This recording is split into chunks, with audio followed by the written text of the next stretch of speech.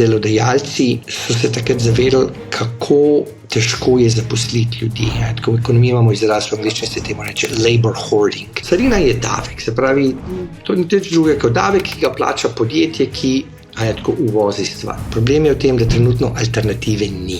Finančne krize čez zgodovino so precej predvidljive. Če bo ameriška vlada ali prihodne vlade nadaljevale z tako politiko, kot se zelo antagonistično politiko, potem jasno postane vedno večja pritisk, da se nekje naredi alternativa. Pa to bo trajalo kar nekaj časa, da se kaj takega zgodi. In to sigurno ne bo kripto. Pozdravljeni, sem Marja Milič in gledate MoneyHow, prvi podcast o upravljanju denarja pri nas. Preden gremo na današnjo res super epizodo, vas vabim, da obiščete spletno stran money-how.es. Tam vas čaka res veliko zanimive vsebine, lahko postanete tudi naš naročnik na MoneyHow Premium in dobite dostop do vsega, kar je zaklenjeno. Potem rada bi vas povabila še na naš dogodek, ki se bo zgodil 4. decembra. Gre za novoletno druženje, prednovoletno druženje in sicer spopad bikov in medvedov, kdo bo zmagovalec v letu 2026. Ja, trgi trenutno kažejo, da smo bolj bikovsko razpoloženi, ampak se mi zdi, da marsikdo že pričakuje medveda, tako da spopadli se bodo upravljalci premoženja in analitiki. Pa bom kar razkrila, kdo so te, ki se bodo v bistvu spopadli. Na strani v ekipi bikov je Sašo Šmigić, član uprave General Investments, Simon Logar, direktor sektorja investicijskih skladov NLB Skladi in pa Tilen Šarlah, analitik, ki ste ga imeli že večkrat priložnost poslušati na MoneyHow.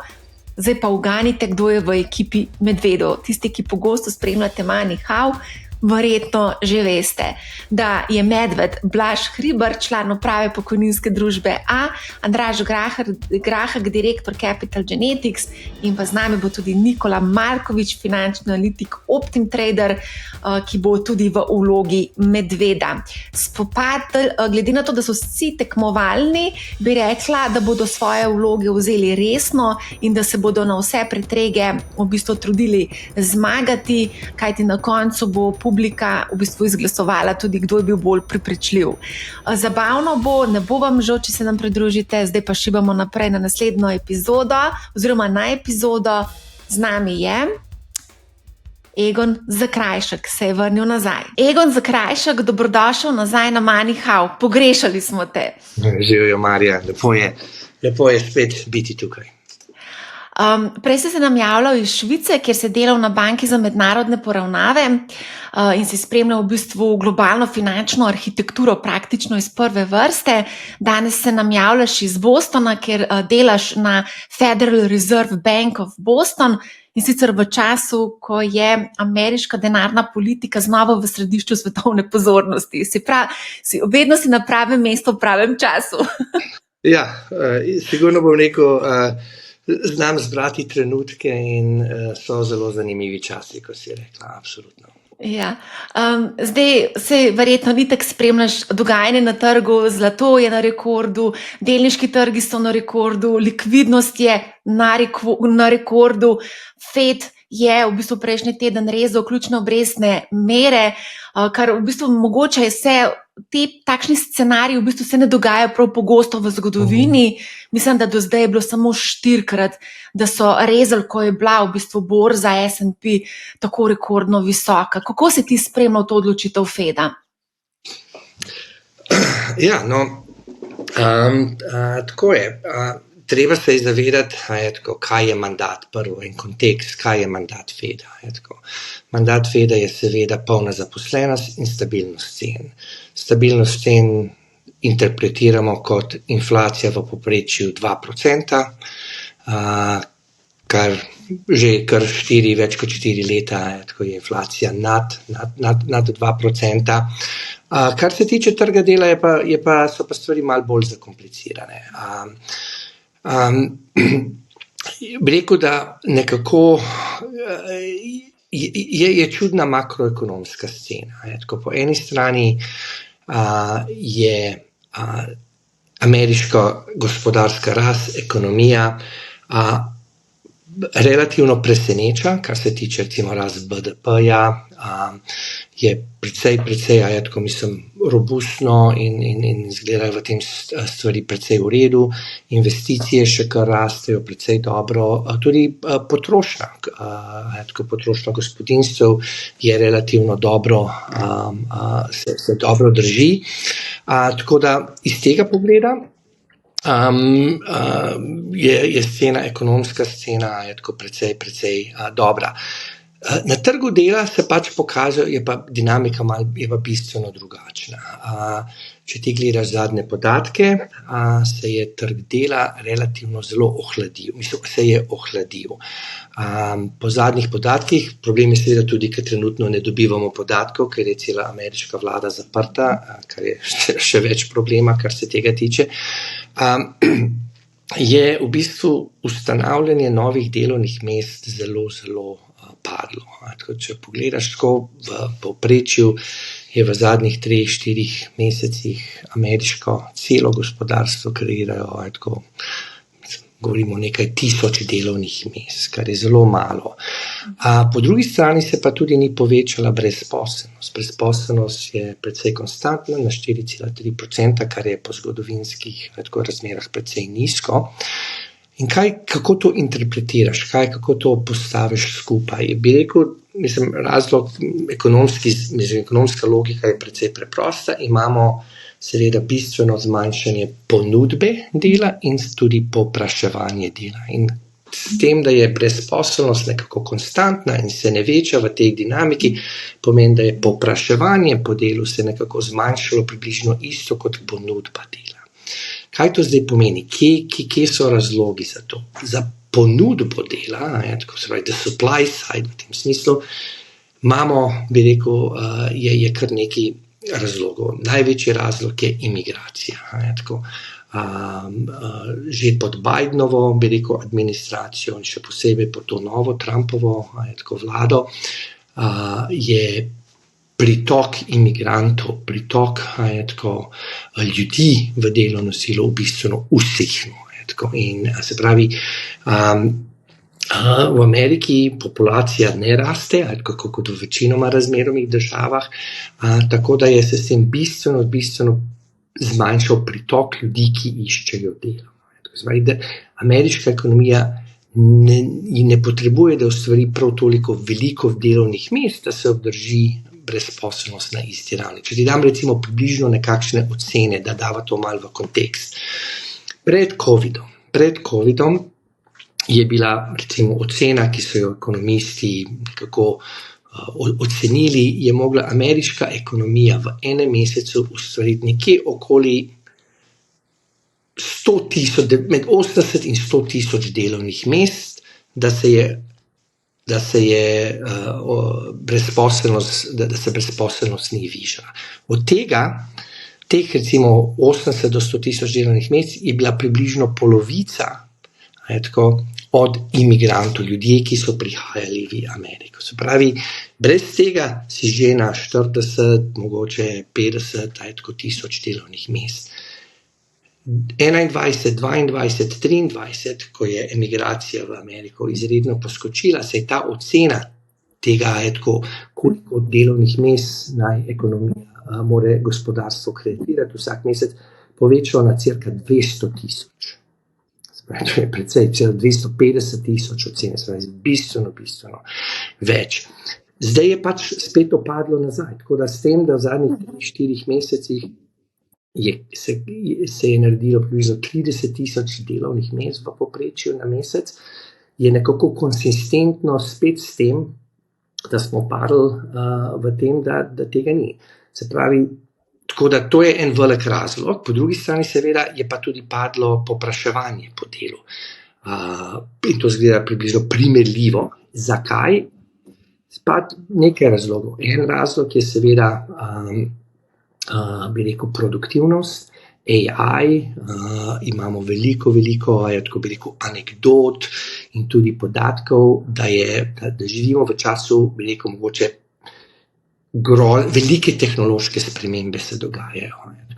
ogromno podjetij, s katerimi jaz tudi mi komuniciramo, in to iz vseh panog, od finančne industrije, od tehnologije, od zdravstva, ampak res en taka neverjetno, da izgledajo, da so v nekakšni poziciji, kjer ne odpuščajo ljudi, po drugi strani pa tudi ne zaposlujejo ljudi. Tudi če nekdo zapusti službo, recimo gre v pokoj ali najde drugo službo, tega delovnega mesta trenutno, vsaj v kratkoročnem vidiku, ne zaposlujejo, zato ker vidijo, da lahko recimo dobijo nekaj več za produktivnost, in to je mogoče avtomatizacija, artificial intelligence in druge stvari in kaj se dogaja. Tako da smo v takem čudnem delovnem trgu, ki je, bi rekel, zelo nedinamičen. Zelo malo je zaposlovanja, zelo malo je odpuščanja in tudi veliko ljudje temu pravimo, trenutno imamo termin, to pravimo job hugging. Ljudje nekako so se res nekako ustanovili in hočejo biti na teh delovnih mestih, tako da ta dinamika nekako ne deluje.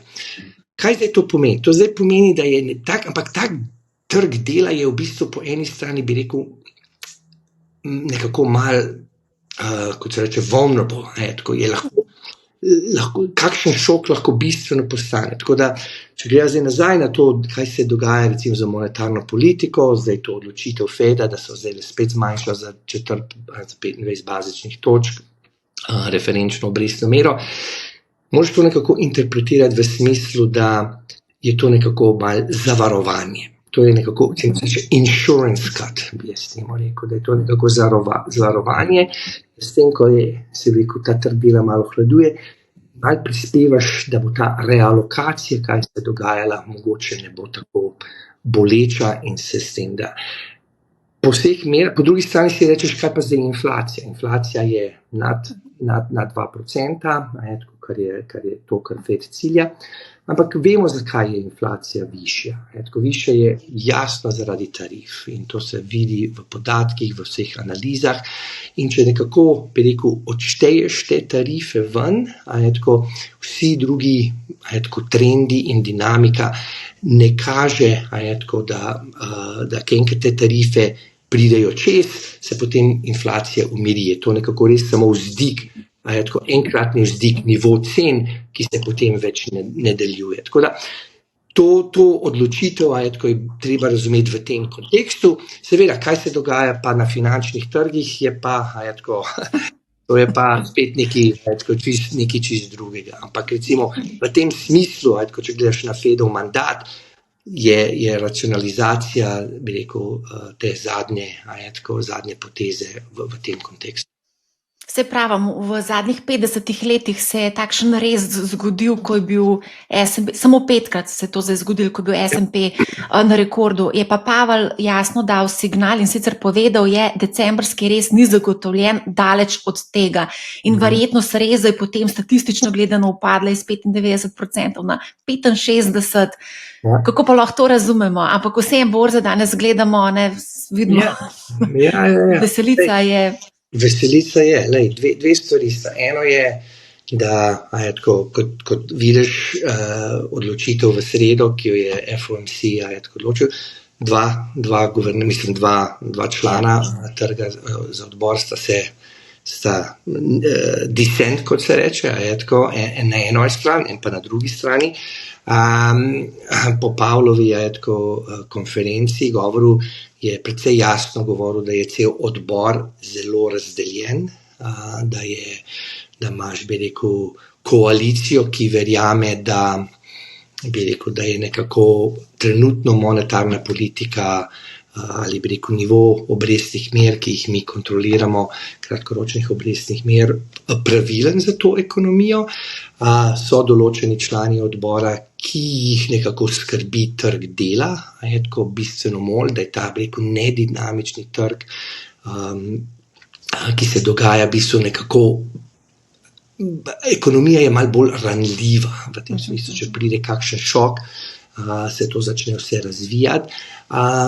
Bi rekel, ta del odbora se tudi, mislim, kar je argument je logičen, da je ekonomska rast v prvi polovici do tega leta, en del tega, zakaj je bila recimo, zakaj je dovolj močna, ne, tudi čez poletje, mogoče v tretji kvartal, je to, da smo imeli velik del, kot se reče, frontloading. Potrošnje gospodinjstva, firme, tako glede tarife, so veliko začele kupovati vnaprej, tako da se izognejo določenim tem tarifam, določenim tem zdigu cen, kar pomeni seveda, da ko gremo naprej, boš imel malo paybacka, se pravi,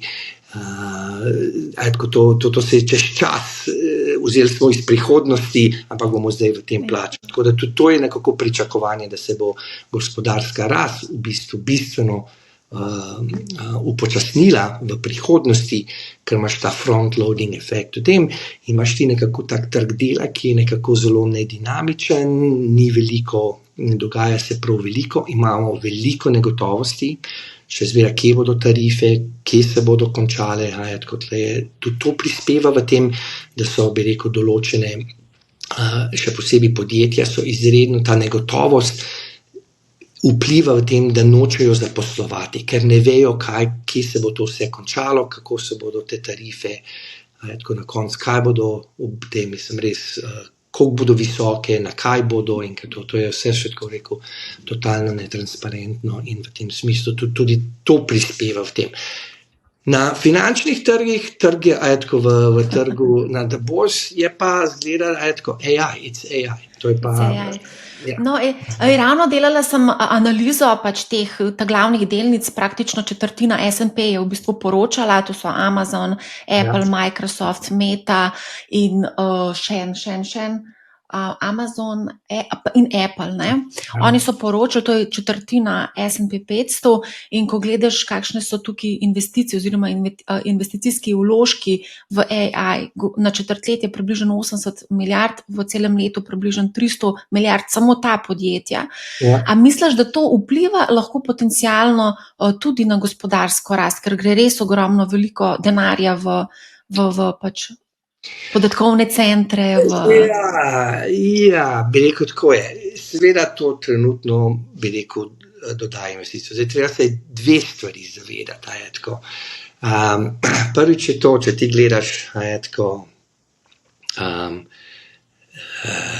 glede na celo količino investicij, koliko je velika investicija kot del BDP-ja, tako so to še relativno majhne, mislim, to niso prav velike številke, vseh teh. So, bi rekel, impresivne, ampak v agregatnem sistemu so to decimalke, to je prvi del. Drugi del je to, da če hočeš, da BDP še da se rast vzdiguje, to pomeni, da se more investicije tudi rast. Ampak če ti pogledaš samo kako glede na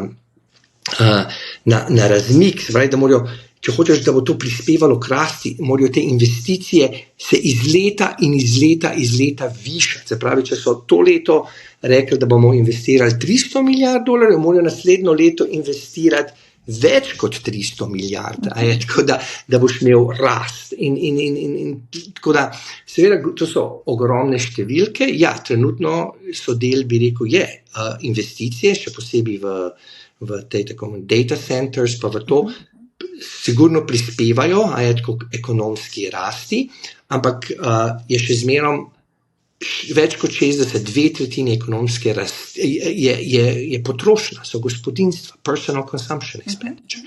In to je tisto, kar prispeva rasti. Se pravi, mislim, kar je bolj zanimivo je, bi rekel, da so vse ta podjetja, ki si jih naštela, ki so se zdaj odločila, da bodo imeli take visoke investicije, trenutno jih trg nagrajuje, zgleda, da to še zmeraj mislijo, da se bodo te investicije izkazale kot produktivne in da se bo denar na te investicije obrestoval, ampak to je, it's a big if, če se bo. Tako da, ampak trenutno trg stavi, tako da na to bo. Ja, se je tudi Mark Zuckerberg iz Mete je povedal, da bodo leta 2026 opazno višji te investicije v AI. Delnica je potem upadla za 11% v hipu, ko je to izgovoril, ker ni specificiral, koliko višji bojo te izdatki. A te lahko vprašam, zdaj si omenjal, pač potrošnja je tista, ki prispeva največ k rasti BDP, hkrati omenjaš job hugging, hkrati govorimo o tem, da imamo kar veliko denarja v obtoku, mislim, da 22 milijard, ali koliko je že, 22 milijard denarja v obtoku. Kako se skupaj to lahko nekako vpliva na prihodnost? Ja, smo v trenutku, kjer je veliko likvidnosti na finančnih trgih. V angleščini rečemo temu, it's risk on. Risk on, ja. It's risk on, it's definitely risk on.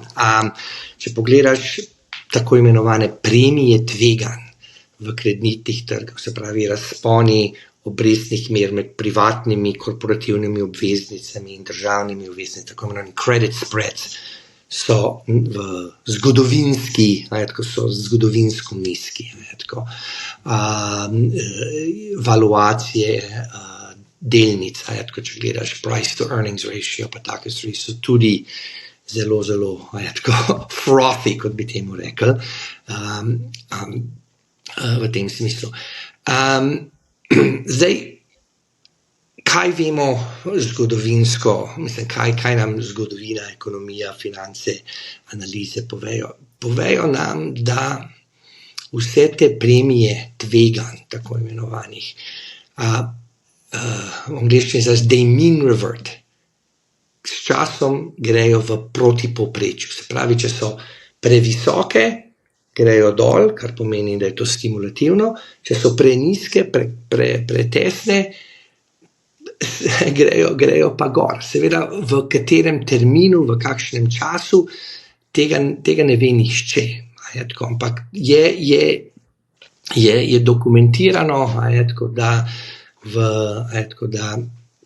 da te premije tveganj, da nekako grejo nazaj do povprečja. In če gledaš, kje smo zdaj, če vzameš to kot nekako eno statistično regulacijo, ki velja čez mnogo držav, čez desetletja, čez različne finančne trge, pomeni, da v nekakšnem terminu, a je zdaj to termino 1 leto, a je to 2-3 leta, tega nihče ne ve, v povprečju so te termini približno nekje 2 do 3 leta, v povprečju, to govorimo čez mnogo držav, čez desetletja s tem, ampak seveda je veliko variabilnosti v tem, se nekako pričakuje, da se bodo te mere tveganja bistveno povišale. In to pomeni, da bo nekakšen tightening of financial conditions. Seveda, a je zdaj to, kako bo to vplivalo negativno na makroekonomijo, je težko povedati. Če se to zgodi zelo hitro, če se to zgodi čez noč, tako imenovano, ima seveda to bistveno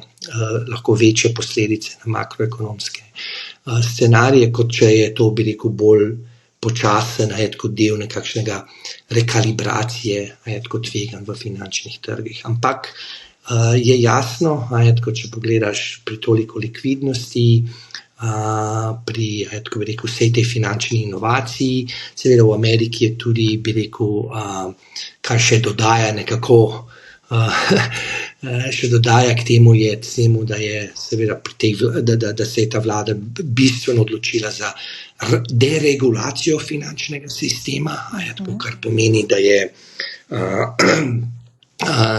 je sprostila določene vzvode, ki še dodaja likvidnost in kredit na sistemu.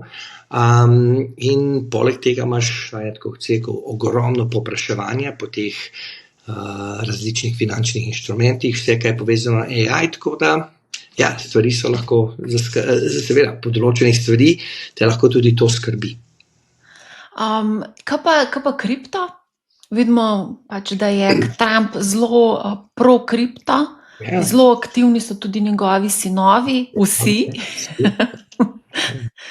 Kako gledaš ti na to zgodbo? Mislim, to je del, bi rekel, nekakšne euforije na finančnih trgih, ki spodbujajo drugega. In približno vemo, če ti gledaš zgodovino, če mene nekdo vpraša, finančne krize, finančne krize čez zgodovino so precej predvidljive. Mislim, v smislu, da to niso statistične anomalije, ki se jih ne da predvideti. Seveda jih ne moreš točno oceniti, da se bo to zdaj da bodo zdaj 19. februarja 2026 bomo imeli ampak vemo, kaj bistveno zviša verjetnost, da bomo imeli finančno krizo v terminu naslednjih 2 do 3 let. In to je rast kredita in asset price appreciation. To sta 2 faktorja, ki robustno in določata, da se bistveno poveča verjetnost, da bomo imeli finančno krizo. In kaj se dogaja zdaj? Ja, seveda. We have a lot of asset price appreciation in še posebej v zadnjih, 3-4 mesecih, huge credit boom. In kako se bo to končalo? Tega ne vem. Tega ne ve nihče. Veš, ker je predvidljivo, to se je že zgodilo v zgodovini. Se je zgodilo, baloni počijo. Kdaj in kako? To pa ne vemo. To pa ne vemo. Ampak za vsakega investitorja, za vsakega človeka, ki upravlja z premoženjem, ki to gleda, se tega mora zavedati. Finančna zgodovina je na tem zelo, zelo na solidnih tleh. A se ti zdi, da se bliža pok balona, ampak če pa pogledamo po drugi strani vse te podatke, se mi zdi pa, da mogoče še nismo tako blizu, no? Ja, zdaj treba se nekako vprašati, kaj bo tisto, ki bo sprostilo, ki bo šlo v to dinamiko. V bistvu ena stvar je, kaj se lahko zgodi, je seveda, če upade potrošnja. Če je razlog nečesa, kaj se recimo, ameriška gospodinjstva, potrošnja se ustavi. Mogoče se bodo ljudje postali bistveno bolj konservativni, mogoče se bodo začeli izgubljati službe. Ko se enkrat to zgodi, potem, ko pade potrošnja, potem podjetja nimajo več interesa, da bodo investirali v kapaciteto, ker pač potrošnje ni, se pravi, potrebujejo manj delovne sile, pomeni se, da povečajo odpuščanja, kar pomeni potrošnja realna in v pričakovanju pade še bolj in dobiš nekakšno dinamiko, ki seveda potem borzne trge povleče na dno, so bankroti in tako. To je recimo en tak, zelo klasičen primer.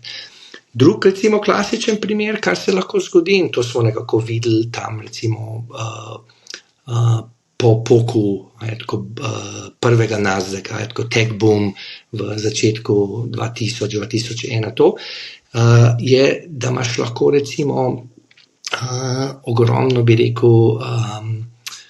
kako se temu reče že, fraud, goljufij, kriminala in tako naprej.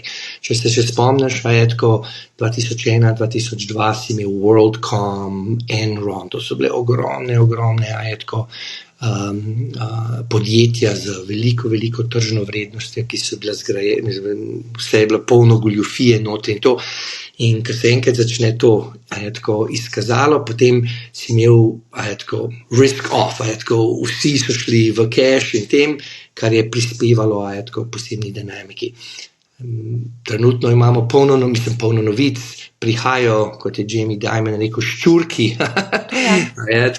iz teh First Brands, Tricolor, zdaj je bila spet, sem zdaj bral v Financial Timesu, ne vem, spet ena firma, ki je upletena v take goljufije in tako. Tako da tudi to potem zgubiš zaupanje, investitorji dobijo zaupanje, postanejo nervozni in tudi to nekako lahko sledi. Se pravi, možnosti, kaj kaj porine ekonomijo in finančne trge v to dinamiko, je veliko. Sem seveda oceniti, kaj je zdaj verjetnost tega je to. Ampak pri takih razmerah, kot so trenutno, je pa seveda zaskrbljujoče, da se to še nadaljuje. A je zaskrbljujoče tudi ta government shutdown, ki se ga prej na začetku omenil, glede na to, da se ne objavljajo zdaj poročila? Je to problem recimo za FED pri sprejemanju odločitev? Absolutno. Mislim, to je bil tudi nekako en razlog, ki si lahko misliš, zakaj se kupilo malo zavarovanja za monetarno politiko. Trenutno ne dobivamo kritičnih podatkov o trgu dela, ne dobivamo kritičnih podatkov o kaj se dogaja z gibanjem cen, inflacije, se pravi, stvari, ki so najbolj pomembne za naš mandat, ki vodijo monetarno politiko, smo zdaj v megli, v totalni megli, letimo čez meglo in imamo minimalne inštrumente. To je ena zadeva. Druga zadeva, kjer se lahko zgodi, kot se dogaja, je to, da trenutno vsaj še zgleda, da bo zaprtje vlade trajalo vsaj še par tednov, tako zgleda, da nekako levica demokrati in republikanci ne najdejo nekakšnega interesa, da bi to rešili, se pravi, stvari se morajo še bistveno bolj poslabšati, da bodo te stranke prišle skupaj in se začeli s tem resno ukvarjati. Vlada je recimo zagrozila, da bo odpustila veliko od teh vladnih uslužbencev. Recimo, to lahko naredi tudi veliko tveganje, ker naenkrat se poveča brezposelnost, ti ljudje tudi seveda potrošnja potem lahko pade, postanejo druge sredine, tako da tudi to je tveganje, absolutno, in to bistveno zakomplicira denarno politiko. Ko si prej govoril o trgu dela, pa zdaj govoriš tudi o tem, da pač ti vladni uslužbenci lahko ostanejo brez služb, kar konec koncev lahko vpliva tudi na potrošnjo, ampak Amazon je napovedal 14,000 odpuščanj, UPS 48,000, od tega 14,000 neki management positions, pa 34 nekih operativcev, General Motors, zdaj se pojavljajo ta podjetja, ki bodo odpuščala. Misliš, da je to posledica, da se že kaže ohlajanje gospodarstva, ali je to, mogoče posledica AI-ja? Ja, to je, si se osredotočila na res bistveno vprašanje. Pošteno povedano, še ne vemo točno. Zdi se mi, da je precej faktorjev je vpleteno in en del je recimo tega, da po covidu je trg dela v Ameriki bil neverjetno, bi rekel, tight, kot se reče, tesen. Se pravi, povpraševanje po delovni sili je bistveno presegalo ponudbo, ponudbe dela. In takrat so seveda plače, so se rasle, so seveda tega tudi del inflacije, kar je prispevalo k inflaciji in tako naprej. No, ampak kaj se je zgodilo takrat, je bilo, da so bistveno delodajalci so se takrat zavedali, kako težko je zaposliti ljudi. V ekonomiji imamo izraz, v angleščini se temu reče labor hoarding, da si ti bil izredno, boh ne daj, da boš zdaj ti menjal delovno silo, ker veš, koliko je to težko za dem. Ljudje so bili, delodajalci so bili zelo, zelo nekako osredotočeni na tem, da so obdržali delovno silo, ker če takrat nimaš, potem je bilo izredno težko dobiti ljudi za tem. Seveda, ta mentaliteta je sedaj popušča, bi lahko rekel, mogoče je že s tem konec. Z firmami, s katerimi se mi pogovarjamo, to so, kot se rekel, iz vseh panog, veliki, male, imajo nekakšen princip, da poglej, ni zdaj glih tako, da bomo ljudi začeli metati ven, ampak če kdo gre, čeprav veliko ljudi ne gre, seveda, ker se je trg dela ohladil, bistveno dalj časa traja, da dobiš novo službo in tako naprej. Se pravi, to se vse nekako to ohlaja, ampak je tudi v določenem primeru, so konkretni primeri, Veliko delodajalcev so identificirali dele svoje delovne sile, ki jih lahko absolutno, bi rekel, substitute, tako z AI. Ja. In tudi temu prispeva, tako del tega. Po drugi strani, kar tudi opaziš, tako je, da se je, bi rekel, kot se reče, hours work, število delovnih ur, tako, se viša. Se pravi, ti imaš, nekako intenzivno in ekstenzivno margin of labor adjustment. Delavci lahko delajo malo dalj časa, lahko pa tudi zaposliš, tako, nove delavce, če je to potrebno.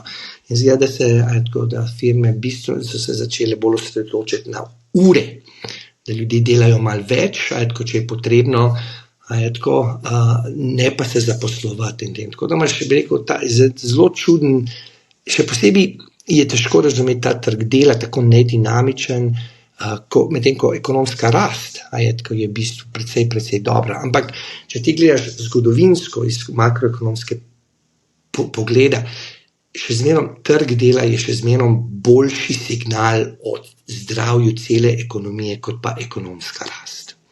Trg dela ima bistveno bolj, bi rekel, precizen, ne točen, ampak bolj precizen signal, kaj je stanje makroekonomije, kot pa če ti gledamo BDP in tako naprej. Sej, glede na to, da prispeva kar precej pomemben del k BDP-ju, zasebna potrošnja je pomembno. Zdaj, tako, ko sem na TikToku, pa malo scrollam po TikToku, dostikrat naletim na kakšen video, kjer se snemajo, kako dobivajo odpoved, in tega je kar veliko. Skratka, bo trg dela definitivno za opazovati, ker to v bistvu zna tudi mogoče kakšno korekcijo povzročati na borzi, ne? Absolutno, mislim, to je to, o tem sem se pogovarjala pred kratkim, če gledamo tu zdaj seveda, mi beremo v Wall Street Journal, ko si brala, pa je UPS, pa Amazon, in te. Ampak če pogledaš zadnji podatki, ki so prišli ven v petek, prejšnji teden, kaj še dobivamo od trgu dela, kaj je zelo, bi rekel, pomemben podatek, dobimo na vsak teden koliko je, kot se reče, initial claims za unemployment insurance. Se pravi, koliko ljudi je šlo v pisarno za brezposelnost in so zaprosili za pomoč. Se pravi, to dobimo zato, ker to je na državnem nivoju, to ni na federalnem, to ni na zveznem nivoju in mi lahko seštejemo te podatke od držav in dobimo to oceno, koliko je to. Recimo, ta številka je prejšnji petek padla, se pravi, seveda mi beremo te primere, ker ne pomeni, da to niso zdaj pomembni ljudje, tistih 30,000, koliko je bilo, ki bodo izgubili službo na UPS, te bodo izgubili službo, to je seveda za njih seveda težko, ampak v pogledu cele nacionalne agregatne ekonomije so pa te številke še precej, bi rekel, so stabilne, v bistvu še malo je padla, če to gledaš. Tako da je pa so seveda del tveganja, in še posebej, če ti računaš mogoče, da je bila ta ekonomska rast v prvi polovici ali recimo do tretjega kvartala nekako malo umetno zdignjena zaradi tega, ker so podjetja in gospodinjstva začeli kupovati, tako naprej. Recimo, da dam konkretni primer. Oktobra so se te, bi rekel, krediti za električne avtomobile,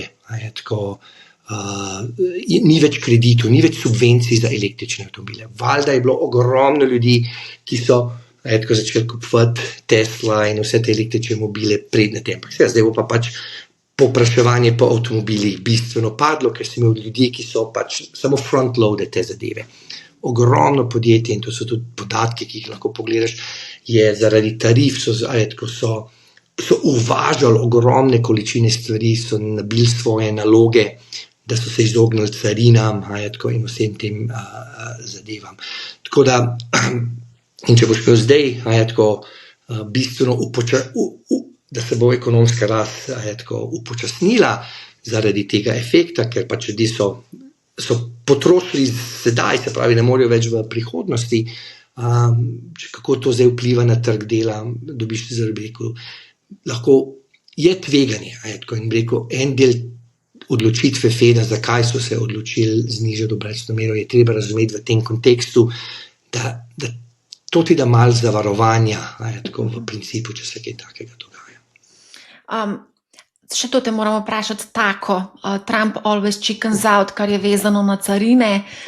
Tudi za konec 22. oktobra je objavil, dodatno bomo odcarinili kitajski izvoz, bil je razočaran nad Xi Jinpingom, potem se je malo ohladil, rekel je, da do 1. novembra je še dolgo časa, vse se lahko dogovorimo, šel je na Kitajsko, vse se je zmenil, Xi Jinping je ful car, je rekel potem na koncu, ne.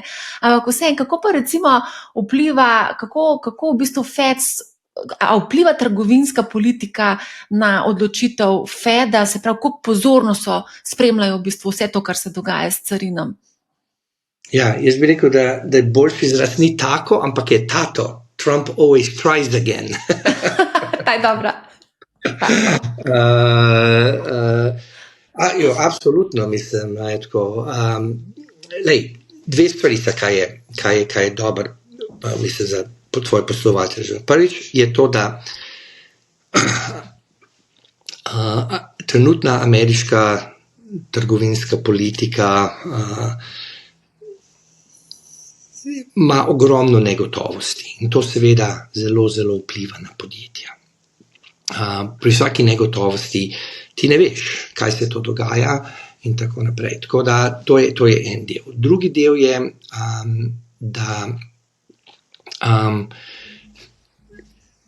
da vse te carine in to, kaj se dogaja,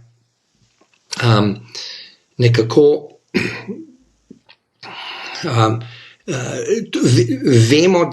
vemo, da je prehod tega, da se vzdignejo stroški dela zaradi tega, ker moraš zdaj uvažati bolj drage surovine ali izdelke, ali kaj že potrebuješ, da to gre v cene.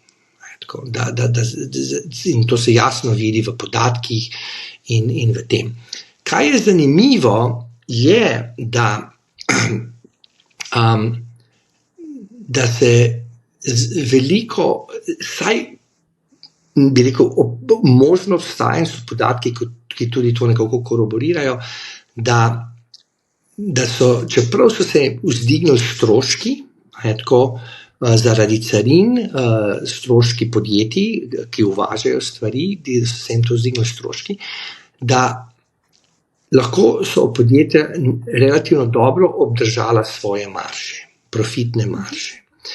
In ker, če ti pogledaš, kaj normalno, carina je davek, se pravi, to ni nič drugega kot davek, ki ga plača podjetje, ki uvozi stvar. Ti pač moraš si uvozil, ne vem kaj, iz Slovenije, je zdaj to prišlo v New York, če ti hočeš to stvari dobiti, moraš napisati ček finančnemu ministrstvu, poslati denar, da te stvari spravi. Zdaj, kaj boš ti s temi višjimi stroški naredil? Eno je to, da sam zdigaš cene proporcionalno.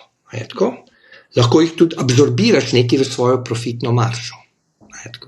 In tle je zdaj vprašanje, kje se kaj dogaja. In kaj je zelo zanimivo v tem, bi rekel, v tem sistemu je, da produktivnost, ki je precej, ki raste zelo, bi rekel, zelo hitro po zgodovinskih razmerih, izgleda, da je omogoča podjetjem, da kljub temu vzdigu stroškov od carin in to dobivajo, bi rekel, nekako lahko znižajo svoje stroške z drugimi razmerami in s tem ohranjajo profitne marže.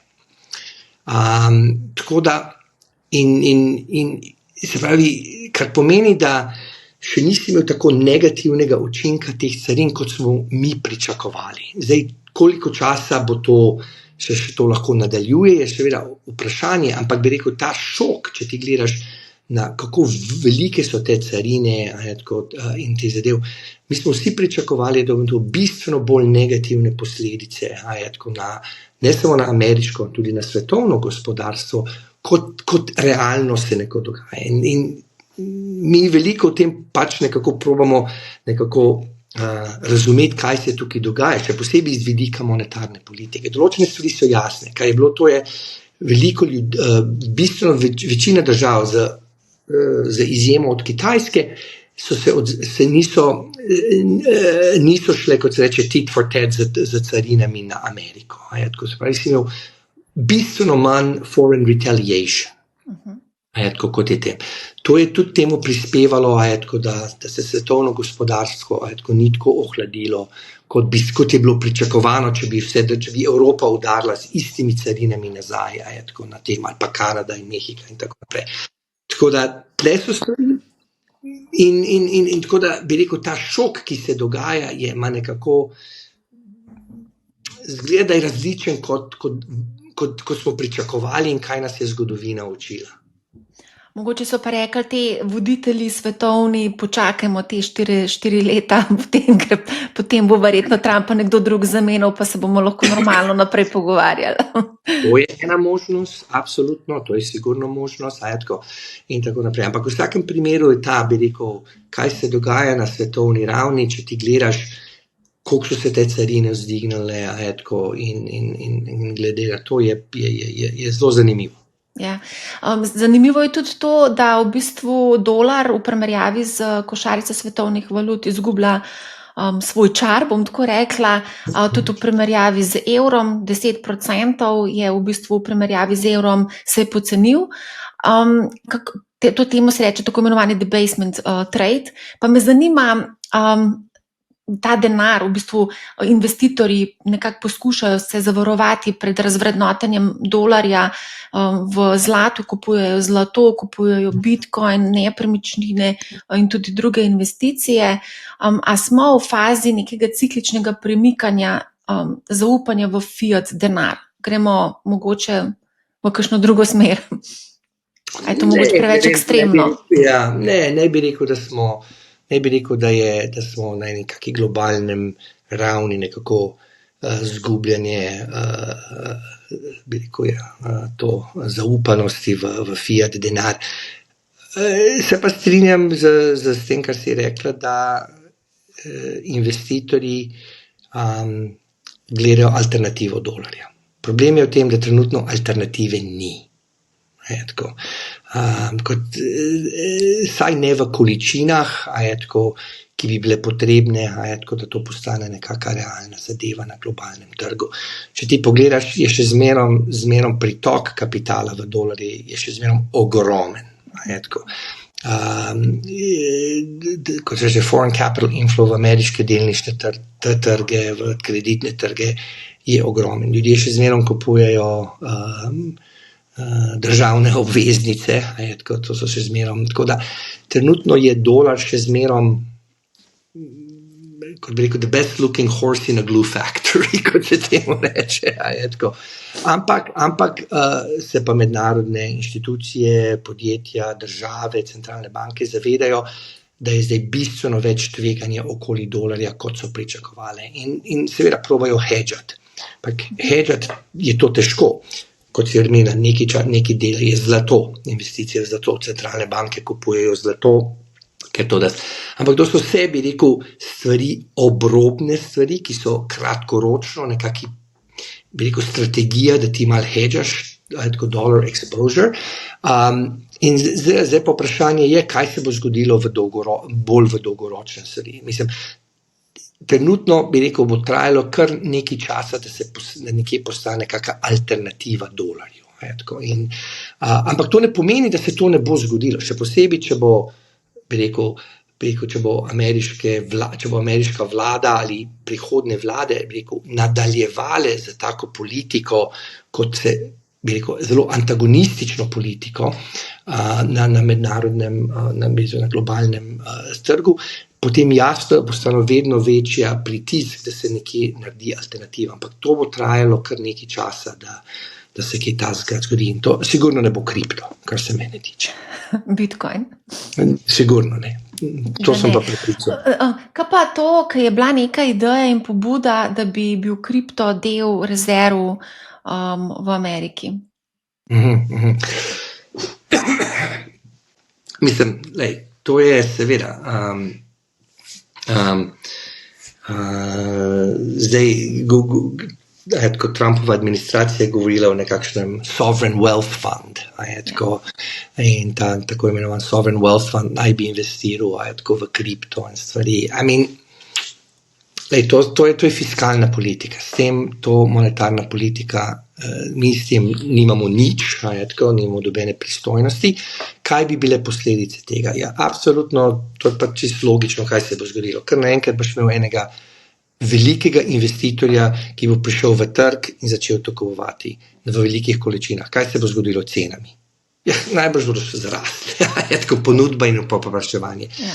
Pravi, če to gledaš, če se bo s tem kdaj začelo dogajanje, to sigurno pomeni, da bo še večji pritisk na te cene, da bodo zrasle, kar pomeni verjetnost, da je to balon, kjer mehurček, kaj hočeš o tem reči, s tem taka tveganja postanejo bistveno večja.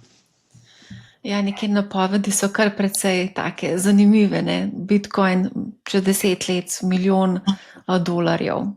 Ampak okay. A lahko mogoče te vprašam, to me pa res zanima, ker sem zadnjič delala en podcast na temo zlata, itak, seveda, veliko se je dogajalo na to temo. Potem smo pa ugotovili, da v bistvu ZDA, ki ima največ tega zlata v svojih bilancah, da v bistvu vrednoti to zlato poceni iz 1973. leta in sicer $42 za unčo. Kaj je fora tega? To je leta 1973, takrat to je bil konec tako imenovan Bretton Woods sistema tečajev in tako naprej. In pred 1973 je bil sistem tečajev, da so bile obrestne mere nekako vezane, da so bili tečaji vezani na dolar in dolar naj bi bil konvertibilen v zlato po tej ceni, ki si jo omenila. To je seveda z Nixonom, ampak ta cena je bila totalno, bi rekel, umetno določena. Noben človek ni mogel priti na ameriško finančno ministrstvo in se, imam mislele, po tej ceni mi dejte, zlato. Mislim, to je, bi rekel, en tak zgodovinski, arhaičen, primer. To je ostalo, ne vem, to je,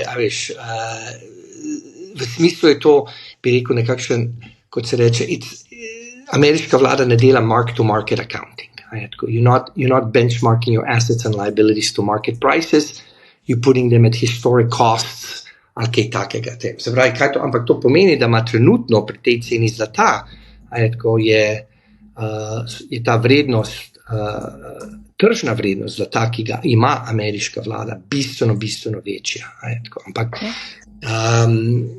zdaj, če bodo daj revaluirali to, je zdaj seveda vprašanje, kaj bodo potem lahko, kaj bodo naredili s tem capital gains.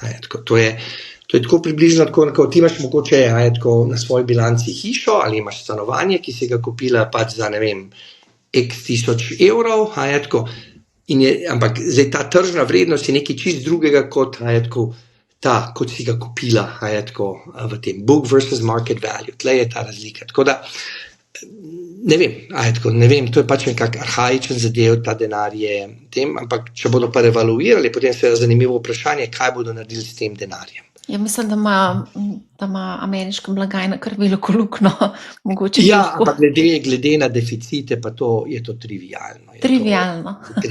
Se pravi, ampak kaj ljudje pričakujejo, da mogoče ta denar, se pravi, da boš vzel te realized gains, ko revaluiraš, da bi bil to mogoče del denarja, ki bi šel v sovereign wealth fund. Ampak glede na deficit, to nima dobene realnosti, bi rekel, ali pristojnosti, kaj se dogaja.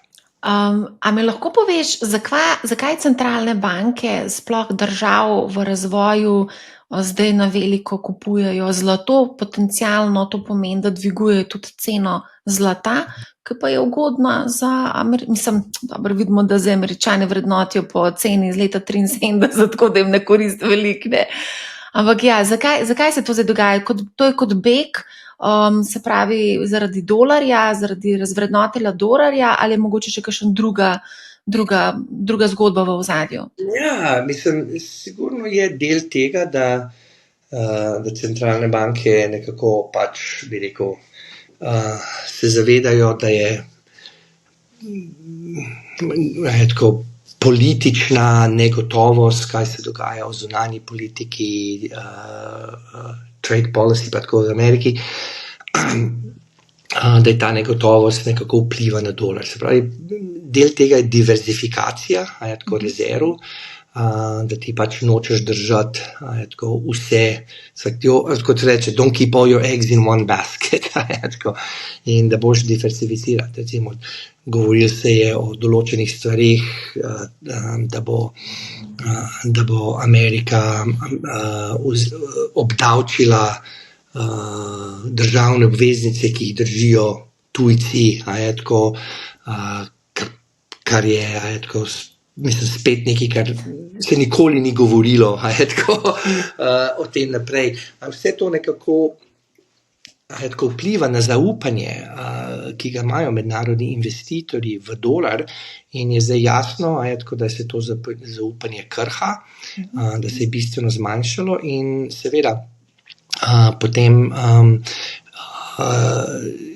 je treba diversificirati. Po drugi strani ni samo zdaj tukaj tako ameriški del, imaš bistveno večjo fragmentacijo, kar se tiče tako, na globalnem nivoju, in zato, kolikor to vsaj del zlata še zmeraj nekako omogoča tako nekake transakcije med suverenimi državami brez dolarja, ampak ni pa mogoče, da bo zlato postalo tako, da bo totalno zamenjalo likvidnost in kvantiteto dolarjev. Toliko zlata ni na svetu. Kaj pa si misliš o stabilnih kovancih, ki očitno niso več nek obrobni eksperiment? Ne? No, seveda ne. Lej, to je tudi del, bi rekel, tako imenovan Genius Act, ki ga je kongres sprejel. Zdaj nekako je naredil temeljne, da bo tako imenovani stable coins, da to postali, bi rekel, del tradicionalnega finančnega sistema. Kaj so prednosti? Kaj so prednosti tako imenovanih teh stable coinov? Kjer je veliko potencijala, ki ga veliko ljudi na to opozarja, je to, da to lahko bistveno zmanjša, bi rekel, transakcijske stroške. In še posebej v mednarodnem trgovini. Kot sama veš, če potuješ, kakšne stroške ti Visa, Mastercard zaračunajo, ko greš naprej, da ne govorimo o vseh teh stvari. Se pravi, iz tega vidika je to, bi rekel, dobra inovacija, zato ker razbija monopol teh podjetij, ki kontrolirajo te plačilne sisteme. Tako da to je sigurno ena dobra prednost. Druga prednost je to, da to tudi mogoče omogoča dostop do bi rekel, boljših transakcij, bolj poceni transakcij, ljudi, ki niso del nekakšnega formalnega bančnega sistema.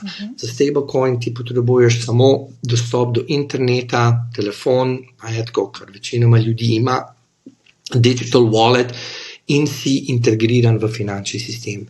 Ni potrebno zdaj seveda, da greš v banko, kjer so vse te stvari, ker določeni ljudi nimajo dostopa do tega naprej. Se pravi, v smislu finančne inkluzivnosti, v to je to tudi pozitivna zadeva.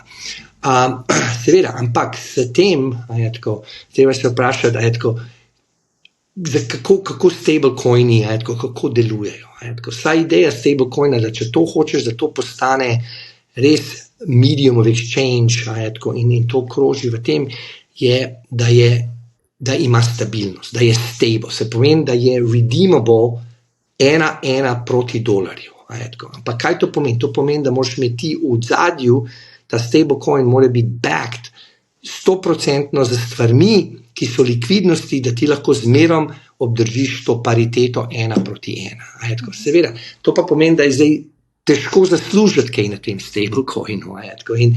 In to vemo, kaj se zgodi v teh stvarih. Izmerno zadeva, da Tako finančni sistem proba pa zaslužiti in ja, na začetku je to, tako, vse je liquid assets, vse je parity, ampak zdaj pa hočem malo zaslužiti, pa bom dal malo v bolj tvegane, tako stvari, pa malo ilikvidne stvari, da dobim malo spreda in potem, ko enkrat poči, tako, to vemo, kaj se je zgodilo v finančni krizi in tako naprej. Tako da, tle bi rekel, regulativa, kako se to bo dal, bo izredno potrebna, ampak bi rekel, večinoma ekonomistov mi nimamo nič proti finančnim inovacijam. Finančne inovacije so stvari, samo vejo, da vse finančne inovacije imajo bi lahko dobre in slabe stvari, še posebej, če grejo prehitro, če ni dovoljšne stvari. Tako da tle bo zelo, bi rekel, bomo videli, kako se bo zakonodaja, regulativa razvila in tako naprej. Ampak so seveda potencial, da to omogoči bistveno bolj fleksibilen, cenejši in transparentni in učinkovit plačilni sistem, kar je bilo seveda sigurno dobro za ekonomijo in za vse. In potrošnjo. Zdaj, kar nekaj podjetij je napovedali svoje stablecoine, Amazon, Walmart, PayPal, teh podjetij je kar veliko. Se pravi, če bo vsak izdajal svoj stablecoin, a pa bomo rabili neko banko za mednarodne poravnave ali nekaj, ali to ni potrebno? Ne, mislim, ni potrebno. Zdaj, malo to, zgodovinsko to spominja, kar je zelo zanimivo, malo spominja na, kot se reče, free banking. To je bil del ameriške finančne zgodovine med recimo 1830-40 do ustanovitve Federal Reserve 1913, tako imenovan free banking era. In to je bilo, vse banke, privatne komercialne banke so lahko izdajale svoj denar. In ti si imel, po Ameriki je v tem času krožilo neskončno različnih dolarjev, ki so bili izdani, bilo je izredno nečinkovite, te dolarji so bili, imel si vse te, bi rekel, tečaje med, kako je bil dolar banke Marija, vizavi dolar banke Egon, tako naprej. Tako da, to malo zdaj, v tem zelo, bi rekel, ena historična analogija je tem tako imenovan free banking era, kaj je bilo, kaj se je tudi dogajalo v tem času, seveda, bilo je ogromno, te banke so izdajale preveč, niso bili stabilni, niso bili konvertibilni, bilo je izredno nečinkovite, banke so propadale, bilo je ogromno goljufij in tako naprej. Tako da, zdaj, sistem je totalno nereguliran. Zdaj vprašanje je, kako bo regulacija tega, kako bodo izdajali, ampak konec koncev bo še zmerom, te stablecoins, they're not, tako se reče, legal tender. Moraš še zmerom, jih boš mogel spremeniti v dolarje, če boš hotel, in kdo bo to delal, ampak seveda tle je tudi en del tega, da boš imel network externalities, več ljudi uporablja tvoj stablecoin, bolje vreden, bolje zaupanja, bolj likvidnosti in tako naprej. Tako da, kdo bo v tem principu zmagal, kdo bo postal dominant player, tega se še ne ve, ampak ima tudi vse posledice za bančni sistem. Ali bo to vodilo, bo ogromno depozitov šlo ven iz bančnega sistema v te stablecoin, treba zavedati, stablecoins, Amazon, ali pa to, oni nimajo dostopa do likvidnosti, kot ga ima banka.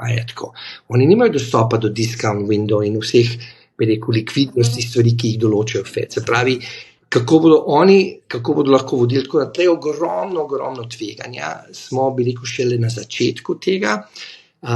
So seveda potencial za zelo dobre stvari, ampak je seveda tudi potencial za ogromno finančnega tveganja. In kako se bo to zdaj vse še razšlo, ne vem. Ja, to se mi zdi, da bo zanimivo spremljati v prihodnje. Absolutno. Egon, zdaj še dve vprašanji, vezano na borzo. Vidimo, da imamo res nenormalno koncentracijo v S&P. Par podjetij praktično dominira v tem S&P-ju, Nvidia ima skoraj 8%, se mi zdi. Se ti zdi, da so te zgodbe, teh AI delnic ali pa teh podjetij, če se neka inflacijska pričakovanja spremenijo ali pa spremeni Fed, od Feda ton, smer, a misliš, da je to lahko potencialno problem? Sigurno, če recimo, veš, trenutno so finančni trgi precej optimistični, kaj se gleda inflacije, računajo, da se bodo obrestne mere še zmerom znižale, kar seveda daje podporo delnicam in to naprej. Če se izkaže, da je dinamika inflacije drugačna, kot se pričakuje, da so carine več se bodo in dalj časa se bodo, bi rekel, nekako pretakale v končne cene, če se spremenijo inflacijska pričakovanja, kar porinejo, bi rekel, kar bodo vplivali na to, kaj se dogaja na Fedu. Ja, sigurno, you can have a significant repricing of risk, absolutno. Še posebej pri takih evaluacijah, ki so trenutno, mislim, male stvari lahko sprožijo velike spremembe na teh trgih. Pa te bom tako vprašala, a si ti bolj bik ali si bolj medved v tem trenutku? Jaz bi rekel, da sem kar se tiče perspektive te tehnologije AI, se mi zdi izredno zanimiva. Bi rekel, je ogromno, bi rekel, hajpa okoli tega. Jaz sem prepričan, da AI pa to ne bomo imeli gospodarskih rasti v 4, 5, 6%, kot nekateri ljudje ko pričakujejo, da bo to zdaj totalno transformativno. Zgodovinsko se to zdi, tudi to, kar vidim, je pa precej verjetno, da, in to se že nekako vidi, da je to vzdignilo produktivnost, se izredno hitro širi, kar je seveda tudi dobro. In bo to zelo verjetno, mislim, pričakovanje, da se bo vzdignila potencialna rast gospodarstva, kar je seveda dobro, še posebej pri teh ogromnih deficitih, ki se dogaja, tako naprej. Ampak po drugi strani se mi zdijo pa te stvari, kot so cene delnice, trenutno zelo napihnjene. Ne bi bil presenečen, če bomo imeli nekakšno korekcijo v terminu. Ampak koliko je ta termin, koliko velika bo ta korekcija, to ti pa ne morem povedati, ker tudi sam ne vem. Ne veš, ampak kako pa recimo zdaj v tem trenutnem okolju ti upravljaš denar, si se že mogoče že umaknil iz delniških trgov? Veš, tako je. Ne, jaz zmerom odkar sem v tem skozi vodim izredno, bi rekel, kot se reče, diversified portfolio. Ne kupujem na dnu, ne kupujem na vrhu, imam totalno, bi rekel, stabilno strategijo in z časom, bolj ko se bližam letom, to seveda je moj portfelj, alokacija postaje bolj konservativna, v tem smislu, ampak od tega ne odstopam. Se pravi, delam complete life cycle management. Life cycle management, ja, to se mi zdi, da je ena taka zelo v redu strategija. Kaj pa se pravi, glede na to, da si rekel, da imaš razpršen portfelj, zlato, srebro, kako pa gledaš na to? Ja, diversifikacija pomeni vse. Če gledaš vsak investitor, commodities, real estate, equities, stocks, international diversification, to so vse pametne stvari. Čim več moraš imeti v svojem portfelju stvari, ki imajo minimalne korelacije, in tako naprej. Seveda, zdaj odvisno je, kje živiš, kakšen dostop do investicijskih možnosti imaš. Moraš se tudi zavedati, jaz v svoji poziciji imam izredno velike omejitve, v kaj lahko investiram, kdaj lahko investiram, tako da so ogromne omejitve, glede na te stvari, glede na dostop podatkov in informacij, ki jih imam. Tako da jaz sem, mislim, tudi zaradi tega sem v izredno, bi rekel, pasivnem investicijskem prostoru, kjer gledam samo na dolgoročno dodano vrednost, mislim, dolgoročen donos in diversifikacijo. Ja. Ok, mislim, da sva kar Kaj pa če te vprašam samo še za slovensko borzo? Ne vem, a spremljaš kaj slovensko borzo? Delnice so na rekordih, dividendne donosnosti so tudi kar lepe, a ne? To je posod, saj so ne samo tudi evropske delnice, to, če gledamo MSCI, the Global Indexes, ko so tudi v tem, trenutno je... Čisto iz patriotskih vzgibov me zanima, če slučajno kaj pogledaš tudi na našo.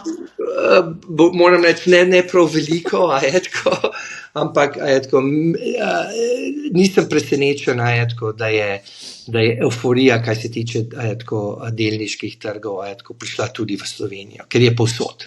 Res je povsod. Ja, je treba biti pazljiv. Kaj pa Kitajska mogoče, glede na to, da je bila kar malo potlačena, pa nekateri vidijo tukaj kar potencial, ampak je pa kar veliko tveganje politično, glede na to, da je Xi Jinping tisti, ki bo povedal, kako bo. Absolutno. Kitajska je izredno tvegana zadeva, kar se tega imajo, bi rekel, tudi bolj strukturne probleme, kar se tiče ekonomske rasti. Seveda bi rekel, vsa ta geopolitično trenja med Ameriko in Kitajsko sigurno ni dobro, ne vpliva pozitivno na stvari, tako da tvegana zadeva. Tvegana. Egon, kaj pa, te lahko sem še, to pa res te zadnje vprašanje, izrečem še 2 vprašanje, pa še 10. Kaj pa počneš na Federal Bank, Reserve Bank of Boston? Kaj delam? Kako izgleda tvoj dan?